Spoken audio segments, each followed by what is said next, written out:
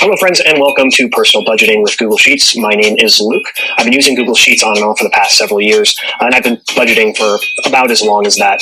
I've had a lot of very candid conversations with friends recently about personal budgets and finances, and what I found is a lot of people were a lot like me in the sense that they had a vague idea of how much they were making. They also had a vague idea of how much they were spending, but they didn't have a way to really track that. A personal budget should be a documented way to track your income, your expenses, and your savings. I feel like I found a really good way to do that with Google Sheets, and I'd like to show that to you today. Now, this class is going to be a little bit of an introductory course into Google Sheets. I'm not going to be showing you too much, just really what we're going to need for this class. There's some great tutorials I found on Skillshare that you can also go through that teach personal budgets and also teach Google Sheets and Excel. So if you've never used Google Sheets or Excel, hopefully I'm going to convey just enough information that you can use for the rest of the class.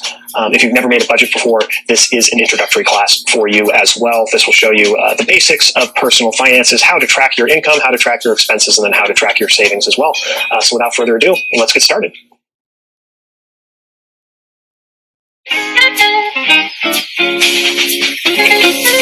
So let's get started with a brief introduction into Google Sheets. Now, if you've used Google Sheets before or you've used Excel in any capacity, you can probably skip this tutorial unless you would like a refresher. I'm also assuming that you already have a Google account. If you do not, go ahead and make one for yourself now and get to the Google homepage, and we'll start from there.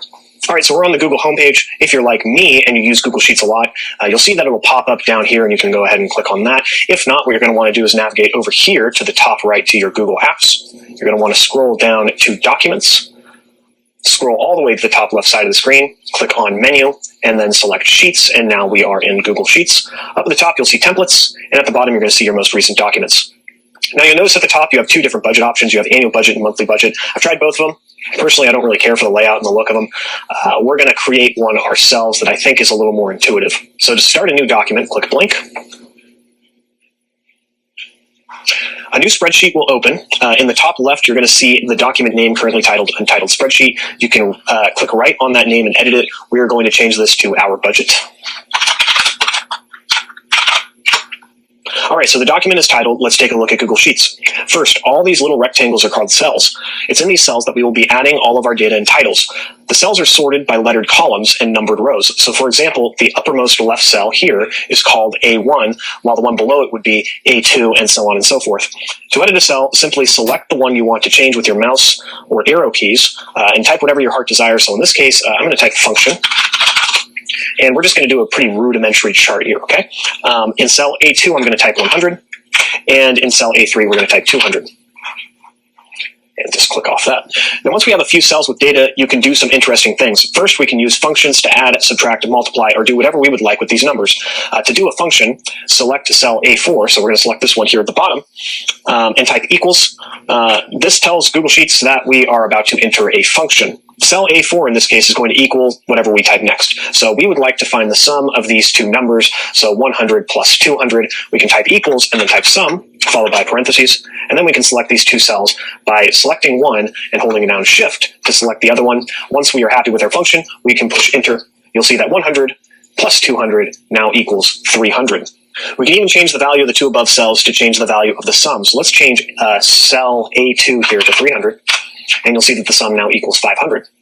We can also make other cells equal the values in other cells. So if I were to scroll over to column B and row 2, and I type equals, and then I just select one of these cells, we're going to select cell A2, and then push Enter.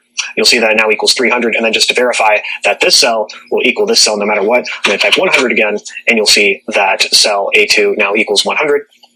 And let's say that I'm not happy with this formula here, and I just want to get rid of this this function. I can select it, and I can push backspace to delete it.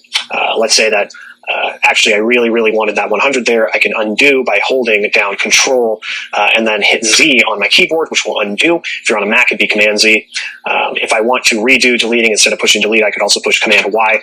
Those functions for undo and redo are up here. That's these two arrows. All right, so let's make our rudimentary chart look pretty, and then we're going to go over our toolbar. So first thing I want to do is select all of these, and I can select every cell by holding Shift and clicking. I'm just going to hover over this box until the hand tool arrives, and I'm going to click, and now I can drag my cells to wherever I would like them. I'm just going to move them over here into column B, and let's go over the toolbar. So you have undo and redo, as I previously mentioned. You also have print. You also have paint format, which we're never going to use. I know some people who like it. I don't necessarily care for it. You have zoom, so you can zoom in, you can zoom out. You have format as currency. It's a very quick way to format all of your numbers as currency if you're doing it for accounting purposes. And we're just going to undo that. You also have format as percent. Once it's formatted as percent, you can also increase or decrease decimal spaces. We're going to undo all that to get back to how we had it before. You have more formats as well. This is the one that we're going to be using, which is accounting. And in fact, since we're going to be setting up this entire sheet as an accounting sheet, you can come all the way up to the furthest left rectangle in between the rows and columns and select it. And what that does is selects every single cell. You can come over here to the 1, 2, 3, also known as more formats, scroll down to accounting and click it. And now you'll see if I type even all the way in the center over here, it'll automatically format as accounting. You can change your text. So if you want, you could, for some ungodly reason, select Pacifico to be your title, or Impact to be your title, or Georgia to be your title. We're not going to get too much into formatting, but let me just say that if you pick anything that is not Arial, or you try and pick something fun, you're going to confuse yourself very, very quickly. So I just stick with something plain, especially for a budget. You can make that text bold. You can make that text italicized. You can strike through. You can also change the color of your text if you would like to. You can even increase the size. So in this case, we're going to increase it up to 14, and I'm going to change the text back to black. Now, let's say you want to really make these cells pop. You can also change the background color by clicking Fill, the Fill tool here, which looks like a little paint bucket, and you can select any color you want. So I just picked a bright red, so it really, really jumps out and also makes it very, very hard to read. I selected kind of like a yellowish color there. And, you know, we're just going to go back to white because all of those sucked. All right. We can also merge. I'm going to skip ahead a little bit to this merge cells. So that takes a couple of cells and merges them together. So in this case, I want to merge A and B. So I'm selecting both cells. Once again, I'm using Shift to select both of those, and I'm going to click Merge. You can center your text just like you can in any Word document. So just by selecting your horizontal align tool here, you can do it left, center, or right.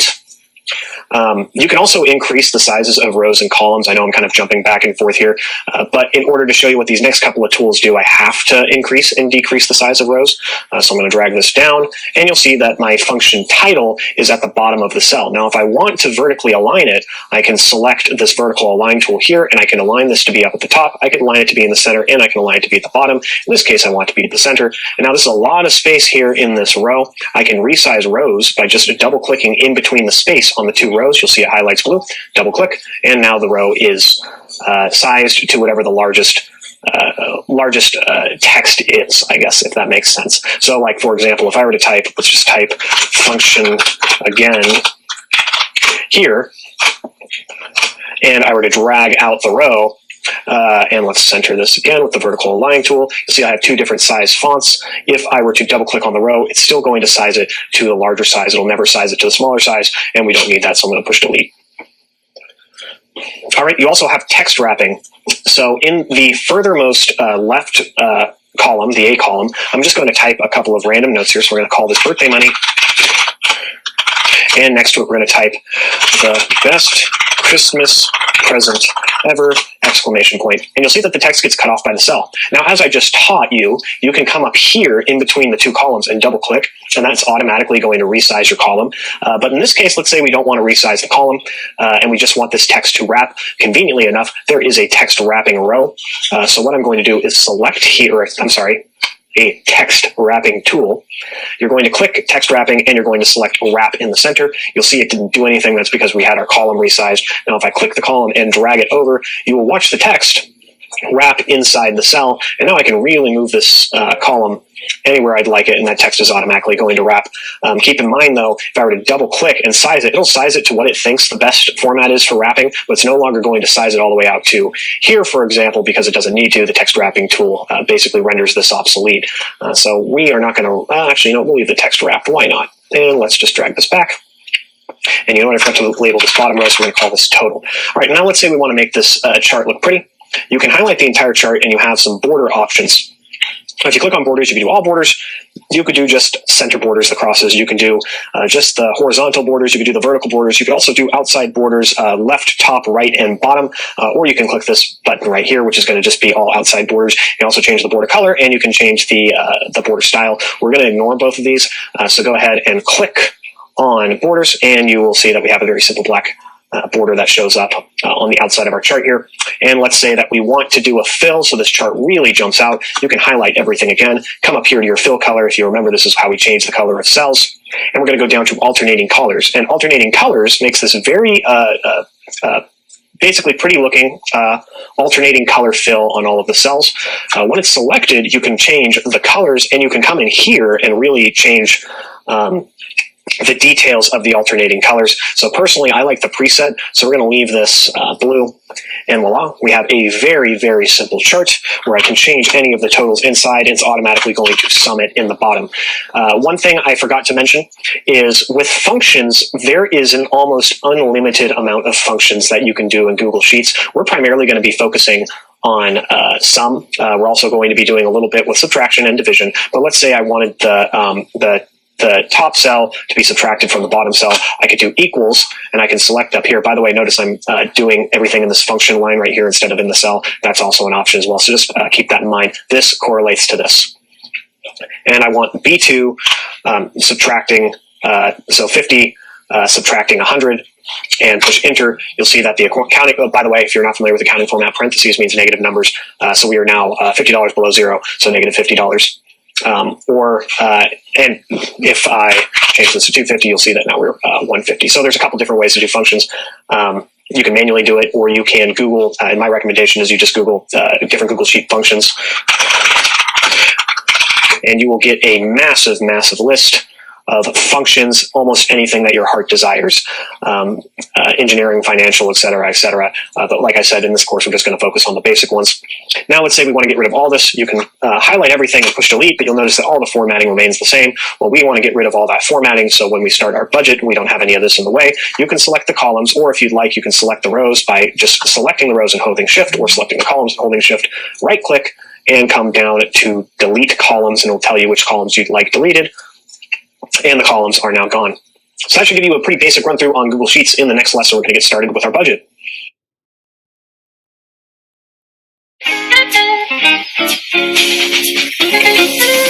So I don't want to get too philosophical with this course because I'm not a millionaire, I'm not massively rich, I'm not a business owner or anything like that. But I do know a couple things about making a personal budget. And one thing that I want to make very clear, and this is probably the most important thing, and it's also going to sound very, very profound, is when you're making a budget, the first thing you want to do is pay yourself first. Now, you're probably saying to yourself, well, Luke, that's what getting paid means, is basically paying yourself. You're exchanging your time for money, right? Well, paying yourself first is also kind of a philosophical concept when it comes to budgeting. And I mean it like this. Like, let's say you have a lot of expenses, and you're worried about those expenses on a regular basis, and the moment you wake up, you're worried about all the bills that you have to pay and all the money you already owe to other people.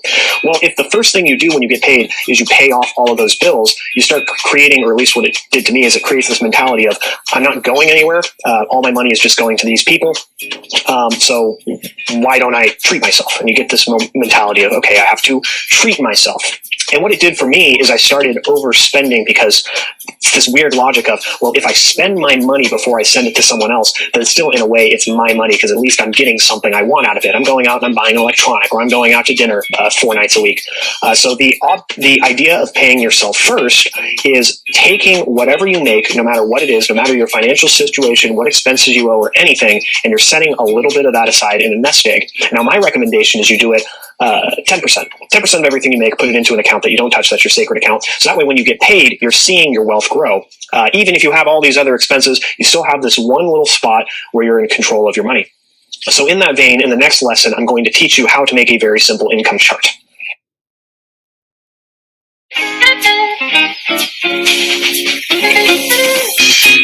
So in the spirit of paying ourselves first, we're going to make an income box. And also, in the interest of full disclosure, I want to make it very clear that I've already done this budget several times. So if you see me jumping around with the formatting and you're wondering, how did he come up with this formatting so quickly? I did not. I'm going off of a guide that I have over on my other monitor here.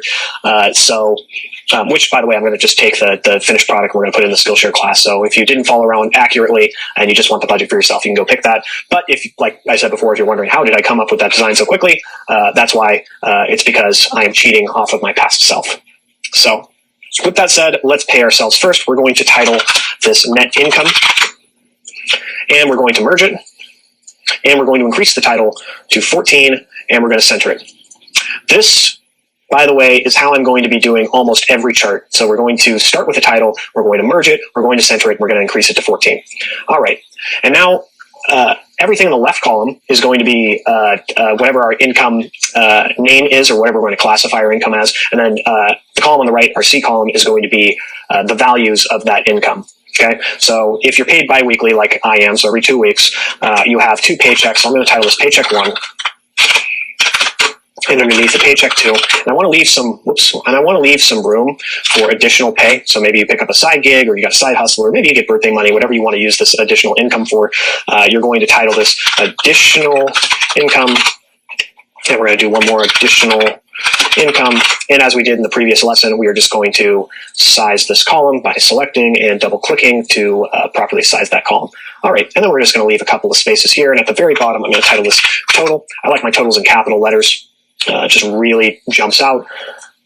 And we're going to create a function here to sum up all of our totals. So for now, what I'm going to do is type 1500, and we're going to leave the additional income blank. All right, now in the total, we're going to do a simple sum function, equals sum, and make sure you put that in capital letters, parentheses, and then you're going to select every single cell in this column. Hold shift to make sure that it's all selected. You'll see the total that it's adding up here. That's correct. 1500 plus 1500 equals 3000. And you're going to push enter. We now have a very simple function where if I were to add anything into the additional income, it will automatically add at the bottom. So let's make this chart look pretty. We are going to select the entire chart and do an outside border.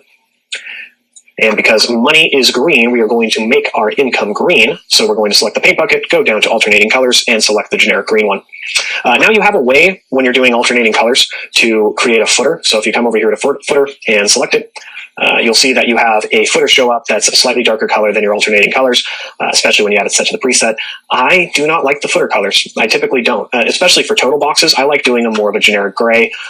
So I'm going to select the paint bucket. I'm going to put like a light gray there. Let's do it a little bit darker. And I'm going to do a title, or not a title, I'm sorry. I'm going to do a border around my total box. And so now we have net income, we have our paychecks, and we have our total. So in the next lesson, we're going to go over the 50-30-20 rule, 50% expenses, 30% discretionary, and 20% savings.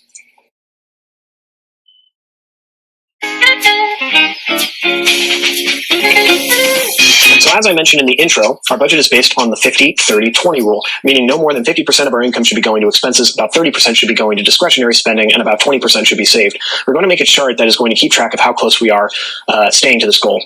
So the first thing we want to do is bring our income chart down here, because we want the 50-30-20 rule to be at the top. That way we know what we are shooting for, and I'm going to set this down a little bit further just to keep it out of the way. Probably doesn't need to be that far, but for now that should be fine.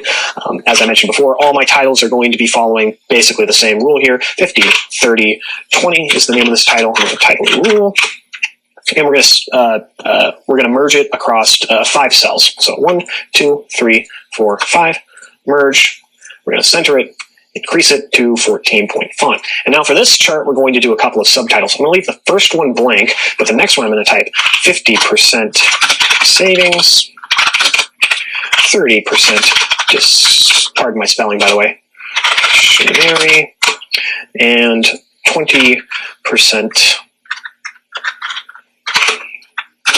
savings. I'm actually remembering this is not saving, this is expenses. Let's make sure this says expenses. And we're going to make sure that all of the columns are sized. You can highlight multiple columns and size them. On the leftmost column, you are going to type goal. And I like it in capital letters because it is our goal in actual, and those will both get our attention. And then this rightmost column in our chart, we're going to type total. And I like everything centered, so we're going to highlight everything, all the subtitles, and just center it there. All right, that's looking pretty good so far. So what we're going to do is figure out what this 3,000 in our income chart splits up to if we do 50, 30, and 20. So we're going to do some basic functions again. So we're going to select the first cell underneath 50% expenses and push equal, and we're going to select that 3,000. You'll notice that this cell now equals C18. That's very important to note. So if you're selecting equals in a different cell, it's always going to say the cell title and the value of that cell. So this is cell C18, and we're going to multiply it by 0.5. So to multiply, that is the star key, which is right over 8. We're going to hold shift, push the star key, and type 0.5 and push enter. We're going to do the same thing for discretionary. So equals C18. And I accidentally clicked out. You can get back in by double clicking, and you'll see that it just shows the value of the cell, which is the cell equaling C18. We're going to multiply it by 0.3, and we're going to do the same thing to the savings. So equals, and if you wanted to, you could just type it now, C18, and we're going to multiply it by 0.2. And we want to make sure that all this totals out to 3,000. So we're going to do equals, and just as we've done before, type sum. You'll notice that it already entered a suggestion. And I found most of the time the suggestions are correct. In this case, it is again. It's going to take the sum of everything from C4 all the way to E4, which is exactly what we want. We're going to click that, and we're going to push enter. And we now have the total equaling C18. All right, and I'm noticing that this did not get set to the accounting format. So just to make sure that everything is set to accounting, I'm clicking the upmost left rectangle underneath the function bar, coming over here and changing it to accounting. And this has now been formatted to accounting. All right, and let's make this look pretty. I'm going to highlight everything, do an outside border, and select the paint bucket tool, alternating colors, and I like this one to be blue. All right, so now we have our 50-30-20 rule, and our goal for our budget should be having no more than $1,500 in expenses, with $900 of basically play money, or discretionary spending, if you will, free money that you can spend at your leisure, and then 20% going into savings that we're going to do our best not to touch and just keep long term. All right, so for our next lesson, we're going to get into everyone's favorite part, which is expenses.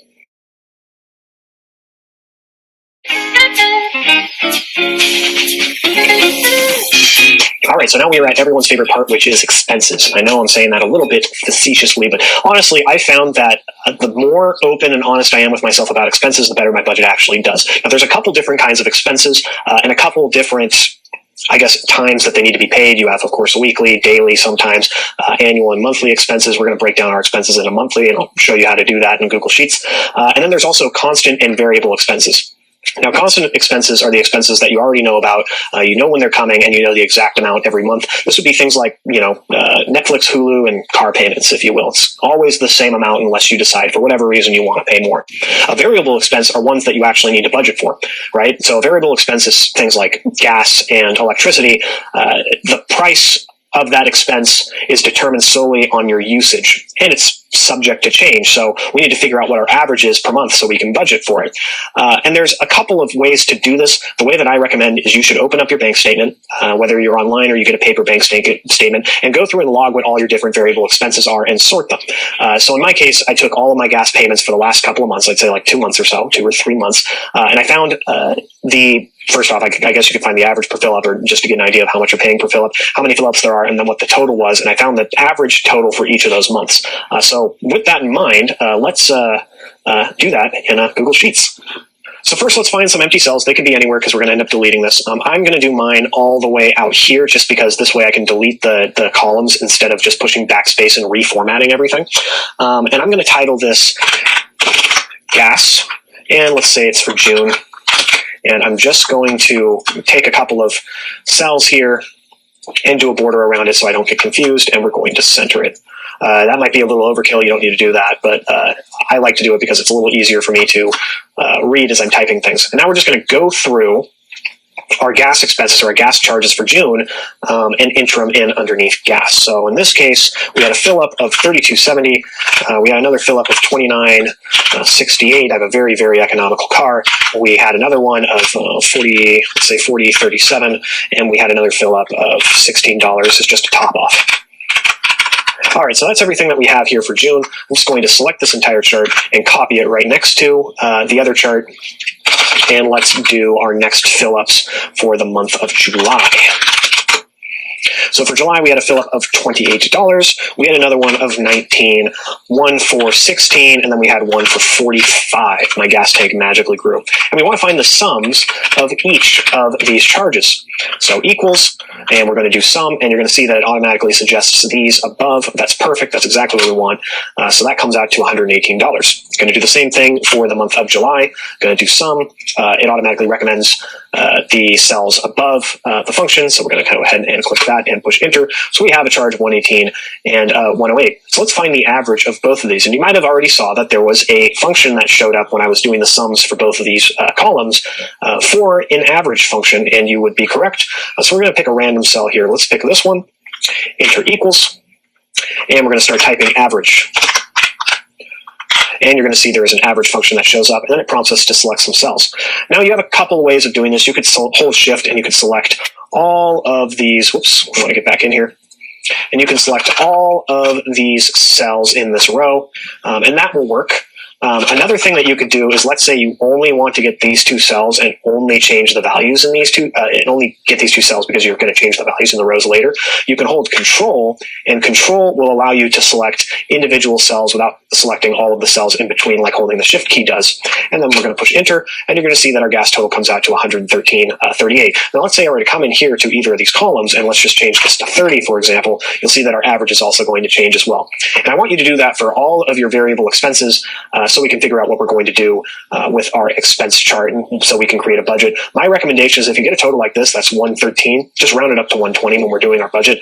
It's better to err on the side of caution. That way you have a little extra money available, rather than averaging lower and risking that you're not going to hold yourself to it, and you're not going to have that money available to pay that fee. So find the averages, round up, and then once you figure out what all of your averages are for like gas and electricity, then we can start our expense sheet.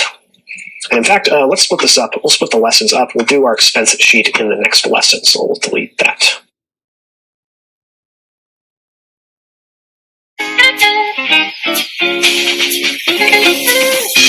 All right, so let's make our expense chart. First thing I'm going to do is move this net income chart up, just because I prefer to have it a little closer to the 50-30-20 rule, and directly underneath net income, well, almost directly, at least with one row of space, I'm going to type expenses,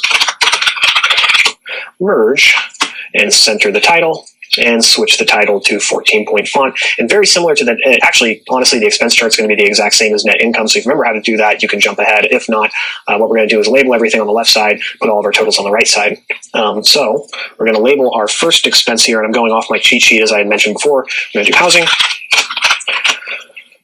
push Enter, car insurance, renters insurance, gas. And now, this is also a good way to list your expenses. You can just rapidly type out everything that you feel like you're paying for on a pretty regular basis. Anything that you want to budget, even things like clothing. If you're buying clothing every month and you feel like you're consistent about it, you could type that here as well. The point of this is to plan, right? So the more in depth your plan, the better prepared you're going to be.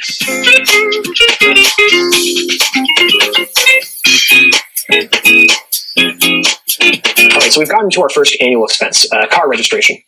Now, car registration, in the state that I'm in, we're paying for annually. It's pretty pricey. I would like to know how much I should be setting aside each month, so when this annual expense hits, I'm prepared for it. So we're going to take the total. But first, we're going to push equals because we're going to do this as a function. And we're going to take the total, which is 240, and we're going to divide it by 12 to simulate 12 months here. So it's $240 to divide. You're just going to do a backslash, and then you're going to type 12 and push Enter. So for car registration, we should be setting aside $20 a month. So when that fee hits, we'll be prepared. Adobe Creative Cloud is a set fee. I don't remember what it is off the top of my head, so please forgive me. I believe Amazon is still $120 a year, so we're going to do 120, divide that by 12, so we should be setting aside $10 a month. Gym is $60, and groceries, we budgeted out to $300. So that was us doing that function that I had showed you in the previous lesson and figuring out we spend about $300 a month on groceries. By the way, for grocery budgets, if you do not buy groceries, first off, you should start. And part of the reason is it's about half the cost, or at least when I was calculating it for myself, it's about half the cost of what you pay to eat out. So if you're eating out and you're spending $600, divide that by 2, that's $300, right? Or if you find that you're eating out at $700, $800, you could probably even get that lower. The cost of eating out depends on the location that you're eating out at. It's eating out. There's a lot of factors that go into it. It's the cost of the food, the service, and the location is what you're paying for. When you're buying groceries, you're basically paying for the groceries in and of themselves. So it's like raw materials, right? So in its nature, it's going to be cheaper. You could basically take whatever your eating out budget is and divide it by half to get your grocery amount, or you could even divide it by a third. You're just going to need to experiment a little. All right, so we're going to take our expense sheet, and like before, we're going to make this look pretty. Oh, and actually, just put the total here, total. And let's find the sum. And push Enter. All right, so we have our expense chart here. We're going to make it look pretty as we did with the previous charts. So we're going to highlight everything and create an outside border. we are also going to select some alternating colors. By the way, you're going to see here that alternating colors, this tab is still open. This is for B2 to F5, which is this one all the way up here. So if I were to change something in here, it changes this, it doesn't change this. So I mean, keep that in mind. If you see this, it doesn't always pertain to what you have selected at that time. So we're going to select our chart, select the paint bucket, alternating colors, and since this is expenses and it's terrifying, we're going to make it red. And we'll just leave it this generic red. And just like we did before, we're going to highlight the total and we're going to make this gray with its own border. Now what's nice is the previous colors that you used will show up here underneath custom. We have our gray that we've been using previously here. If we select that, you'll see that this gray is the same as this gray. So now we have expenses, we have our net income, and we have our goals for the 50, 30, 20 rule. Now there's one other thing that I want to do with the expenses, because remember, we're going by bi-weekly. I want to know exactly how much we should be setting aside per paycheck. And I apologize, I'm just remembering that we want to do this now. So I want to duplicate this total row, and I can either copy and paste it, or I can select both cells, go down to the bottom right of the cell, click and drag, and Google Sheets will automatically assume it knows what you want to do. So in this case, it just took the sum function and put it here at the bottom. So it's adding all of this together in the column, which isn't what we want. So first, let's change the title, and then we'll change the function. We're going to say total per pay period. And this one I'm going to wrap because I don't want to expand our column too much. And we're going to double click in here to get to the function. And what we are going to do is delete that entire function because all we want is half of the total above. And we're going to type equals, select the total above, and then just divide it by 2, \2. And we'll see that we owe $875 per pay period. And I want to make this look pretty again, so I want to get rid of this inside border. So I'm going to highlight everything, take off all the borders, and then redo the borders, and you'll see it removes that center border. So that's our expenses. We have our total and our total per pay period. In the next lesson, I'm going to show you how to do some pretty simple charts. All right, so if you're anything like me and you're more of a visual person, pie charts really help you out to see your breakdown of your expenses, because sometimes looking at all this just gets a little, clustered, right? I'd like to know exactly how much of my money came from paycheck 1 versus how much of my money came from paycheck 2, for example. I want to see where most of my expenses are coming from. For most people, it's going to be your housing, but it might be surprising to find out that gas, for example, is costing you more than car insurance, but it's not always easy to sort through all this data.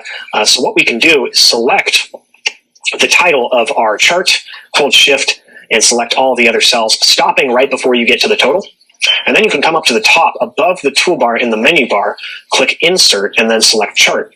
And Sheets is automatically going to create a chart for you based on the data that you provided. In this case, it assumed that we wanted a pie chart, and it is absolutely correct. And we can see in this pie chart that we have paycheck 2 and paycheck 1 split 50-50. But if I were to come over here and change this to, let's say we only made $1,000 on one paycheck, you'll see paycheck 2 is much larger than paycheck 1, and it breaks down the percentage. 40% of our income came from paycheck 1, while 60% came from paycheck 2. I don't know if I explained this yet, the difference between net income and gross income. Net income is your income after taxes. Gross income is your income before taxes. So we're working with the net, okay? All right. So we want to make this chart look pretty. The red's a little intimidating. This is a net income chart. We would like it to be a little more welcoming. So you can select here on the top right side where you see these three dots, and select Edit Chart. That's a quick way to get to the menu. You can change all your chart styles, but we're going to come up here and click Customize. And we are going to select pie slices. This is where we can change our pie slice color. So I'm going to change the first pie slice color for paycheck 1 to a green, just a dark green here. And then for paycheck 2, I'm going to change it to a slightly lighter green. Additional income, I'm going to change it to an even lighter green.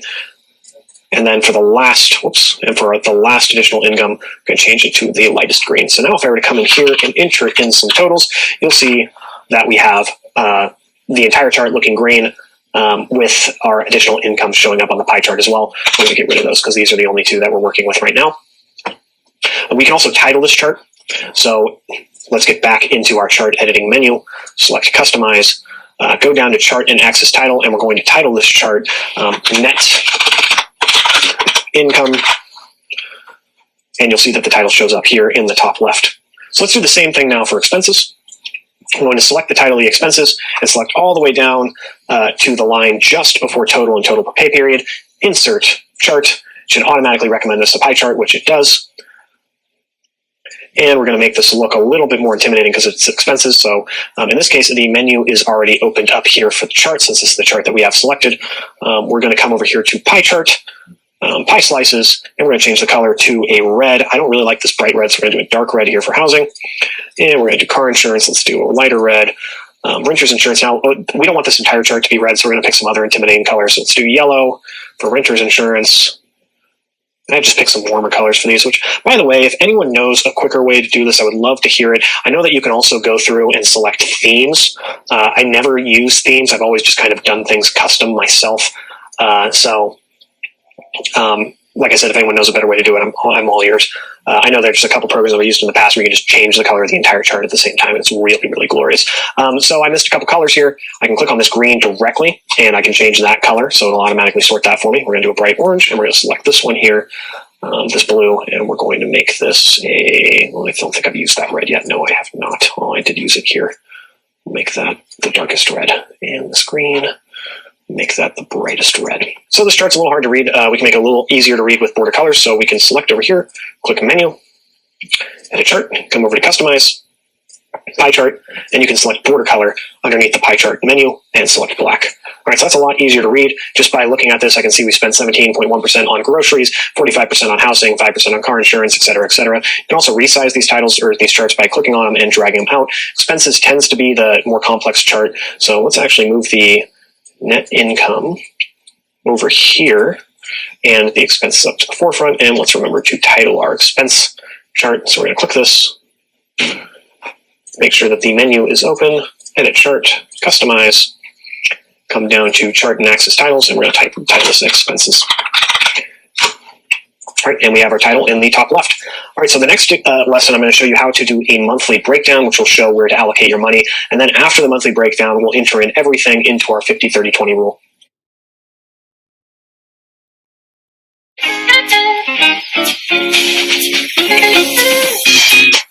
All right, so we're going to do a monthly breakdown. The goal of a monthly breakdown is to show you how much money you've saved, how much discretionary you are free to spend each day.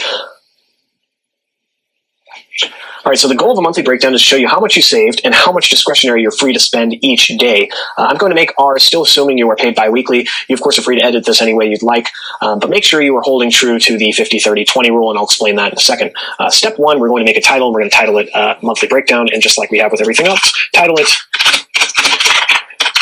And we're going to merge this one across 3 cells, center it, and increase the size to 14 point. All right, so in the left cell, we're actually going to leave this blank. In the center cell here, we're going to type total. And in the right cell, we are going to type minus expenses. And then in the underneath the subtitles, we're going to do our first function. So we want this to be titled whatever our payment is, right? So we could simply type paycheck 1, but I actually want to do equals and then select the cell that says paycheck 1, which is B8, and then push enter. And now if I were to come up here and just title this pay, you'll see it'll automatically change down here in B36. But we want this titled paycheck 1 again. All right, we want the total of paycheck 1 to also be copied down here. So I just pushed equals and then selected cell C8 and pushed enter. And I'm actually going to undo that real quick, because I want to show you one more thing. Is I have paycheck 1 selected, right, in B36. If you just click and drag that over, Google Sheets will automatically assume that you just want to copy everything in this row, so it'll copy everything for you, which is fantastic. And now we're going to subtract expenses. Now remember, we have our total per pay period, and this is our total for the for pay period, assuming you're paid bi-weekly, correct? So every 2 weeks. So we're going to subtract our expenses from this total. So we're going to do equals. We're going to select our total here, which is 1,500, minus, and then we're going to select our total per pay period and then push enter, which means minus expenses, we're looking at 625. Now let's get into saving. I do my savings where I take 10%, remember you're saving 20%, I take 10% of what I make and put it into long-term savings, and I take 10% of what I make and put it into a short-term savings, and I do that first after I get paid, right? So we're going to title this first box long-term savings, and underneath it we're going to title short-term savings. And we're going to label these actually. Let's put 10%. And underneath that, we're going to put 10% as well. All right, so we want to find out how much we're left with after we take money and put it into our savings. So to find 10% of 1,500, you are simply going to type enter, select 1,500, and as we did before with the 50-30-20 rule, we are going to multiply it by 10%, which is 0.1, and push enter. It's $150, and we're going to do the same thing one more time, equals, select the 1,500, and multiply it by 0.1, and push enter. And we want to take these totals and subtract it from the 625 so we can see how much is remaining. So we're going to do equals 625, and we're going to subtract this 150 and push enter. And now Google Sheets should know what we're doing, so we're just going to click and drag this cell down. And we'll double click here just to make sure it's doing what we want it to do. It's taking D37 and subtracting it from C38, leaving us with 325, which is exactly what we want it to do. All right, so we want to see what this breaks down to. I mean, basic math will tell me that we're saving about $300 a month, but I'd like the total bar just to see it a little more visually. So we're going to title this bottom row total savings. Underneath that, we're going to title this row total discretionary. And the last row, we're going to type budget per day, and then we're going to subtitle that 14 days, assuming you get paid every 2 weeks. And let's just wrap this bad boy. Okay, so to find our total savings, we're going to do equals and add together both of our savings. You can either do a sum function, or in this case, I'm just going to be lazy, and I'm going to hit cell 37, do a plus sign, and then do cell 38, push enter. And our total savings is at 300. Our discretionary is this total right here. So this is all of the money that we have saved after, or all the money that we have to play with after we have put our money in savings, and we've also allocated our money towards our expenses. So we're going to do equals, and we're just going to select this row here. And our budget for 14 days is going to be our discretionary divided by 14, right? So we're going to select, or we're going to type equals, select 325, and then divide it by 14. So we have $23 a day to work with. In discretionary spending, we have a total discretionary spending for 14 days at 325, and then we have a total savings of 300. And last but not least, let's make this chart look pretty. So we're going to highlight everything, do an outside border. Then we're going to come up here to alternating colors, and let's do this kind of like a lighter green color here. I prefer that one, yeah. And then let's separate all of our totals from everything else. We'll do an outside border for this, and we'll select that gray that we've been using.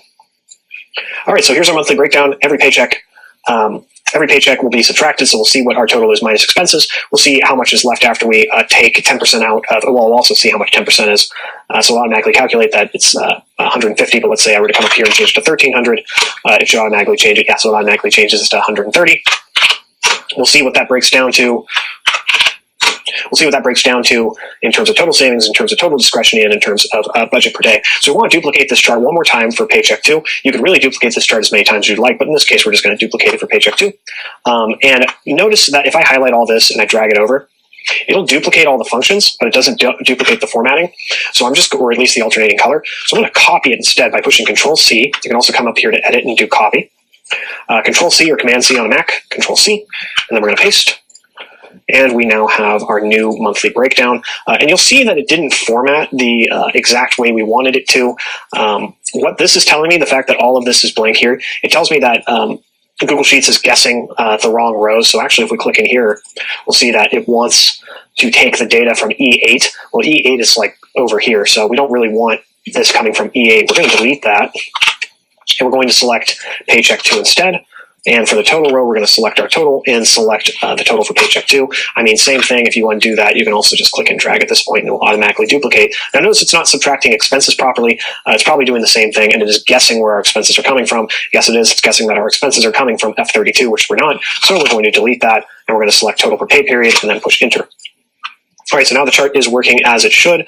I noticed that there's an extra border that showed up here. We want to highlight everything, remove borders. And you'll see that we also removed a border on this side. That's fine. We're going to highlight that cell, just add a left border. So that's a breakdown for paycheck 1 and paycheck 2.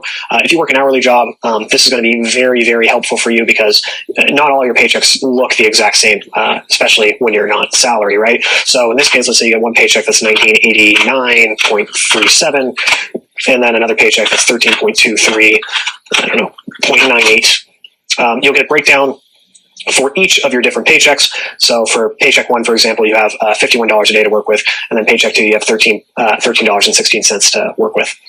And let's get this all back to 1,500 so it looks nice and clean. And just for the heck of it, let's do one more of these charts just for additional income, because there is something else that I would like to point out here. And we'll make sure that that has enough space. Perfect. So we're going to do equals again. We're going to select one of these additional incomes, and we're just going to click and drag this over so it'll automatically duplicate. Whoops, click and drag it over, make sure that duplicates there. If you want to test that, we can just type a random number in, and it works perfectly. Okay. And let's do the same thing as before. We'll get rid of this border, just add the border on the left side. Alrighty. So something I want to point out, say our additional income is $1,000. So you worked a side gig. And let's remove the expenses. So this is what I want to point out is our expenses are already budgeted. Okay, so assuming that you're working your job on a pretty regular basis, assuming that you still have a job, right? Your budget is based on you still working that job. Okay, so your expenses are coming out of your first paycheck. Your second half of your expenses are coming out of your second paycheck. So that leaves your additional income here. Without any expenses to pull from, because we've already pulled the expenses from paycheck 1 and paycheck 2, which means that all of this is additional income, which is fantastic. Now, it's up to you at this point on how you want to allocate that. When I get any form of additional payment, typically what I do is I pop it immediately into savings. So I just change my savings from 10% to, let's say, if it's an additional income, we can change this to, let's do 40%. And we'll do this one as 40% as well. And you only need to change your multipliers here to equal 40%, and it will automatically do the rest of the calculations for you. So now we have additional discretionary of $14.29. We have $800 going into savings and a total of $200 discretionary. So you can really play that by ear, however much you want to put your discretionary away. Or your additional income away, or if additional income is something that you absolutely have to do, perhaps you you divide your expenses by 3. So instead of doing total per pay period, you do it total per however many payments that you get, for example, right? Or you could do it where you total out all of your expenses per month, and then you just do a final income sheet. So you just take this $4,000 and you subtract your expenses from that to get the remainder, and then you do your monthly breakdown, if that makes sense. And if anyone's curious on how to do that, I'd be happy to show them how to do that.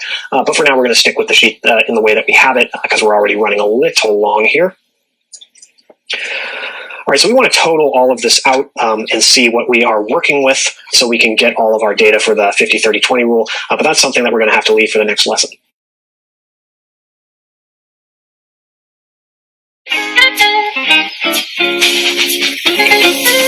All right, so we're going to make a total sheet for our monthly breakdown. As we have before, we're going to click over here and type total. And this time I'm going to do it in capital letters. I know I'm breaking my own rule here. And you'll notice that the conditional formatting automatically copies. That is fantastic. We're going to leave it exactly like that. In the first cell below it, we're going to type total monthly savings. And we're going to space this properly. Leave this cell blank. Underneath that, we're going to type total monthly discretionary.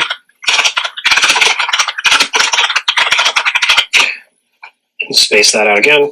And in the last cell, we are going to type total budget per day.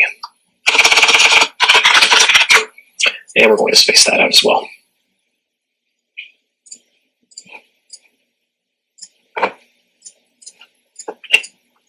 And we'll make a border on the outside of all of this just so that it looks pretty. All right, so we want to find the totals for everything that we have entered in down here. So for total monthly savings, we're going to do equals. And if you remember correctly, holding control will allow you to select individual cells. So for monthly savings, I'm going to hold control and select this first 300, select the second 300. Whoops, forgot to do plus. Select that first 300 plus, hold control, select the second 300 plus, and then we're going to select this blank cell here just so that the chart is rigged properly. Then we're going to push enter, and we'll see that we have monthly savings of $600. That is absolutely correct. We're going to do the same thing now for the discretionary. Equals, select this 325 plus, select the second 325 plus, and then we're going to select this last for additional payments.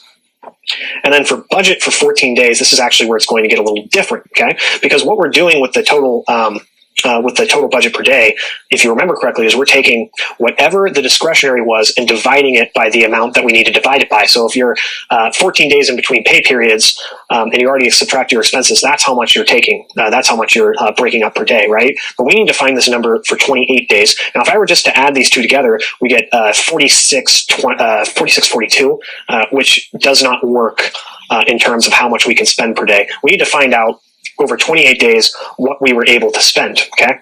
So for total budget per day, you're going to do equals, and you're going to select the monthly discretionary directly above, and you're going to divide that by 28 days, or however long you want to do it. If you want to do it by 30 days, you can do that as well. In fact, we'll do 30 days, assuming 30-day months, and we have total budget for 30 days. And let's space that. Total budget for 30 days is $21.67. And now if I were to come up here to this additional income and add that $1,000 as I did before, you will see that our monthly discretionary has gone up because we haven't changed anything in terms of our savings plan for discretionary income. Our monthly savings is set at $800, and now we have a total budget per day at $48.33. So that tells me that all of this is working correctly. So we're going to go ahead and delete that for now. Now, I want to take this a step further, and I want to be able to look at this chart and see when I'm in the green or when I'm in the red, both literally and figuratively. And there's actually a way to do that in Sheets, and it's called conditional formatting. So in the next lesson, I'm going to give you a brief introduction on conditional formatting.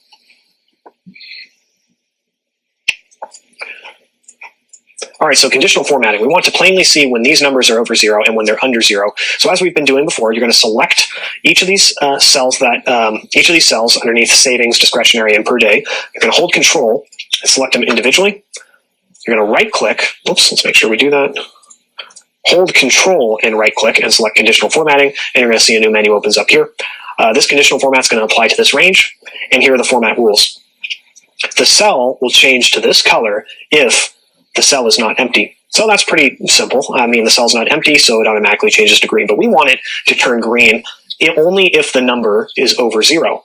So we're going to select the format rules. And by the way, you can do custom formulas in here as well. That's very cool, but we won't focus on that. So we're going to select format rules, and we're going to go to greater than, and then we're going to type 0. Now I want to change this green so it's a little bit more bold, so I'll just leave the default, but I'm going to change the text to this darker green here, and we're going to make it bold. And actually, let's do an even darker green so it really jumps out. And then push done. All right, so if you come down here, you will see that our total automatically, or that this formatting is automatically changed. If I were to change this to 100, for example, our paycheck 1, you'll see that it goes back to the green that it was before, and we have the parentheses for the negative number, so there is some conditional formatting there. We're going to make this a little more clear by doing the negative numbers next, but go ahead and select all those cells again, same way, holding Control, right-click, and select conditional formatting. Oftentimes, too, the menu for conditional formatting will stay up here as well. You can always just navigate over here if it's still open. And you're going to come over to the plus and select Add Another Rule. And same thing, we don't care if the cell is empty or not. We want to know if it's greater than or less than 0. So we're going to do less than and type 0. And we're going to select where it says default and change it to red. We also want the text to be bold and a darker red as well. So I'm going to select just kind of a dark red there and bold it out and select done. So how do we know if this works? Well, and I'm actually noticing that it didn't select all the ranges. We selected K38 and K36, but we didn't select K40. We can fix that by selecting our ranges again. We can delete this, and we can hold Control and select our rows again. So K38, K36, and K40, and click OK. So how do we know if this worked? Well, let's come up here to Paycheck 1, and let's change it to $100. So if you made $100 in Paycheck 1, and $1,500 in Paycheck 2, you found that you are underwater for the month. You still put money into savings for some reason, at least according to your savings chart, but your total monthly discretionary is negative $470, and your total budget per day is 15.67. So not looking great there, champ. But that's okay, because that's not always going to be the case. Now let's say we delete that second paycheck, right? This total is still reflective on the entire month. Okay, so don't always worry about this box. As long as this one is in the positive, you're okay. But let's say we want all of this to reflect positive and negative numbers as well, but we did the conditional formatting on that side. Well, you can select any of these conditional formatting rules, select apply to range, and you can add another range. So I'm going to hold Control and select total savings, hold Shift, and select all of the following rows. So everything from D39 to D41 is added. I'm going to click Add Another Range and do the same thing for the monthly breakdown.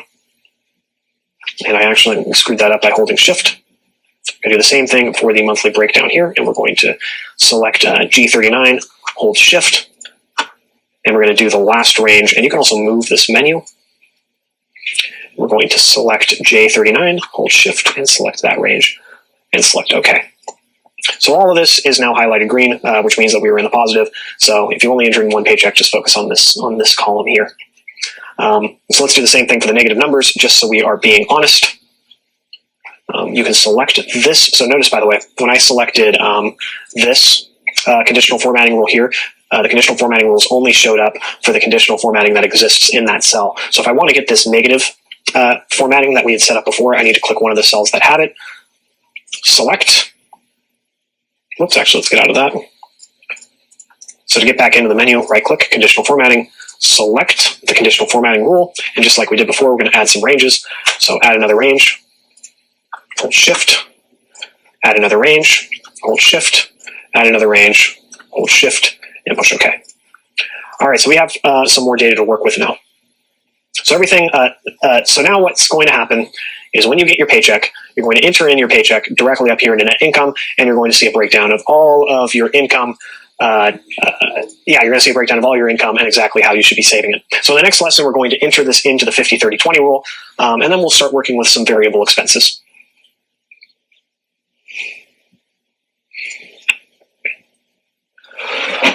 All right, so you may have noticed that I have left up in the 50-30-20 rule our actual row completely blank, and that's because we couldn't really get to this row. I mean, we could, but we couldn't really get to this row until we set up our monthly breakdown. So we're going to put this in now and see how we're doing. So first, let's figure out how much our expenses were. We're going to push equal and go down to our expenses chart, and we see that our total for the entire month is $1,750, so $1,750. Push enter on that. We're going to do the same thing for our 30% discretionary. Now remember, our discretionary is down here in the monthly breakdown. There's our total monthly discretionary. We're going to do equals. Nope, trying to reconnect. And push enter. Oh, what happened?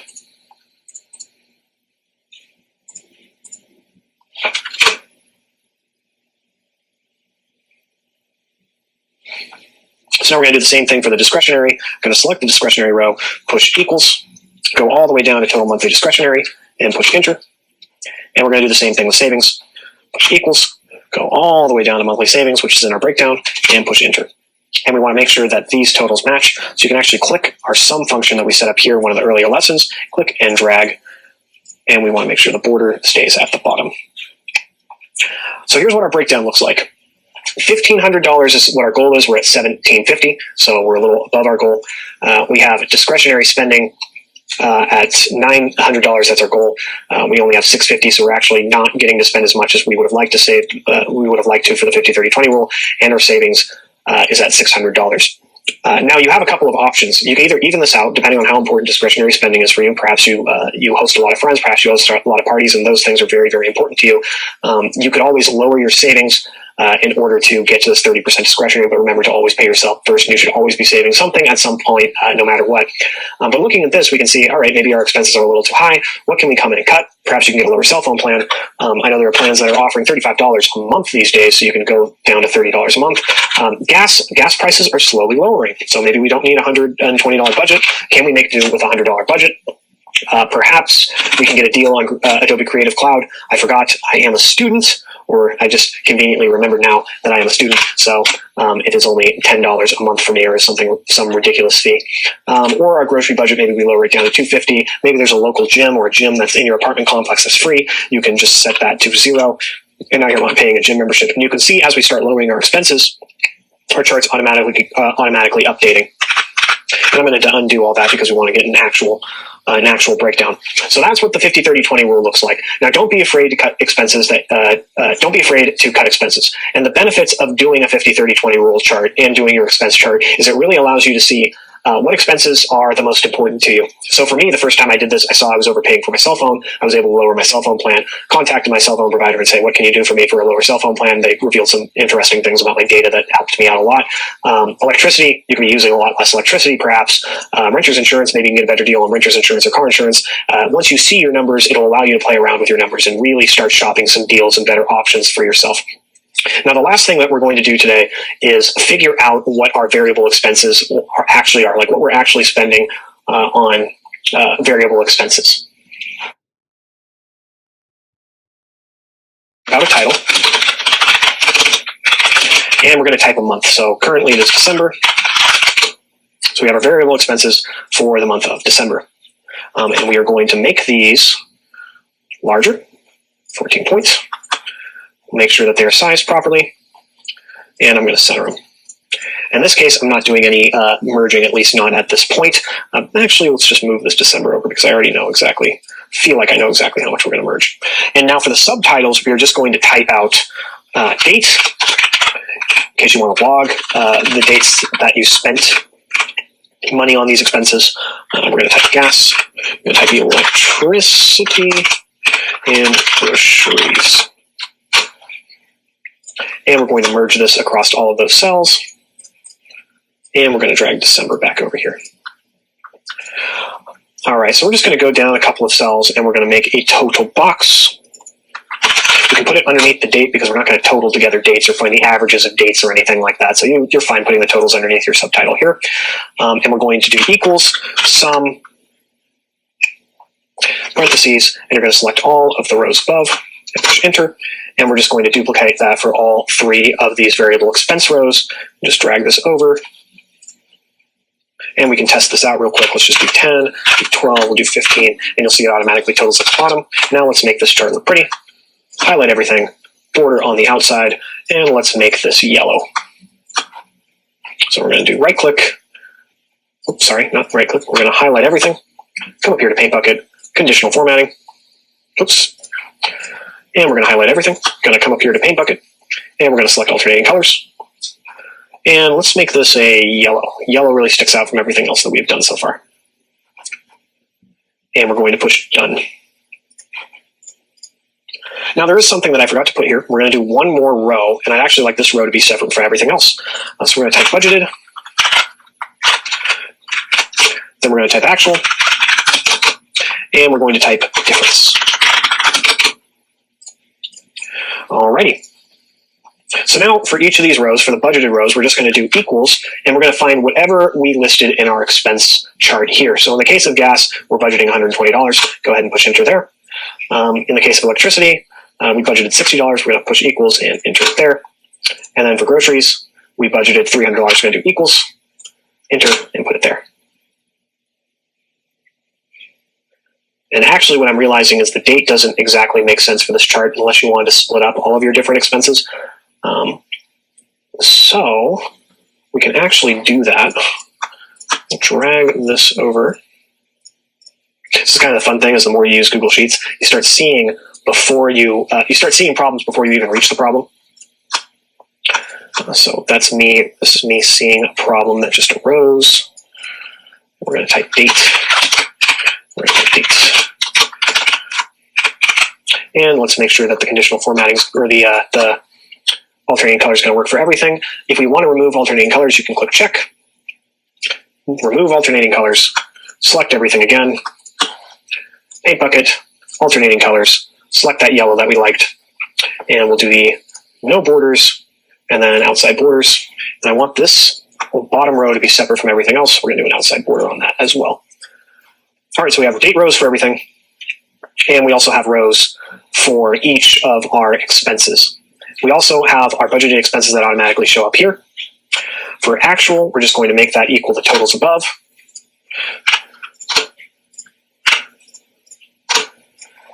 And then for the difference, we're going to make the difference equal the budgeted minus the actual. So go ahead and do that. Equals, oops, undo that. Equals budgeted minus actual. Then equals budgeted minus actual, and then push enter.